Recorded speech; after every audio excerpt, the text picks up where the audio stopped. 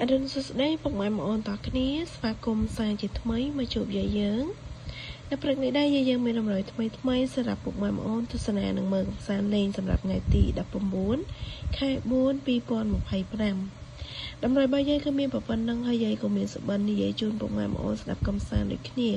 តែមុននឹងនិយាយសបិនយាយក៏សូមពឹងពុកម៉ែបងប្អូនដែលចូលរួមទស្សនាទាំងអស់គ្នានេះកុំភ្លេចជួយចុចពាក្យ like ជាវ Subscribe ឬកណ្ដឹងឲ្យ Channel យាយម្នាក់មួយផងមកនេះ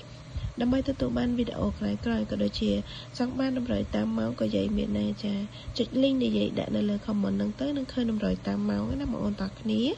ចាតម្រូវតាមម៉ោងគឺយាយដាក់ត្រង់ចាដាក់ត្រង់ណាមានពេលខ្លះចូល3លេខទាំង2លេខចឹងណាបងប្អូនចង់ឃើញតម្រូវចុចជាន់ចូលម្នាក់មួយទៅណាចាតើចង់ពុកម៉ែបងប្អូនចូលមកស្ដាប់សបិនយាយយប់មិញនេះយាយសបិនឃើញមនុស្សប្រុសស្រីពីរអ្នកប្តីប្រពន្ធណាចាជិះម៉ូតូធ្លាក់ចូលទឹក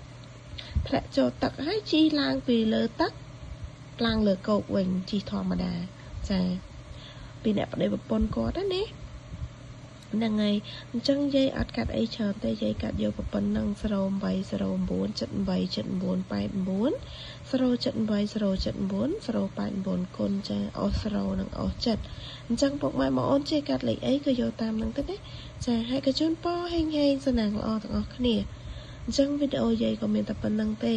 ជួបគ្នានៅវីដេអូក្រោយចាអរគុណច្រើនសម្រាប់ការចូលរួមតាមដានទស្សនាបាយបាយ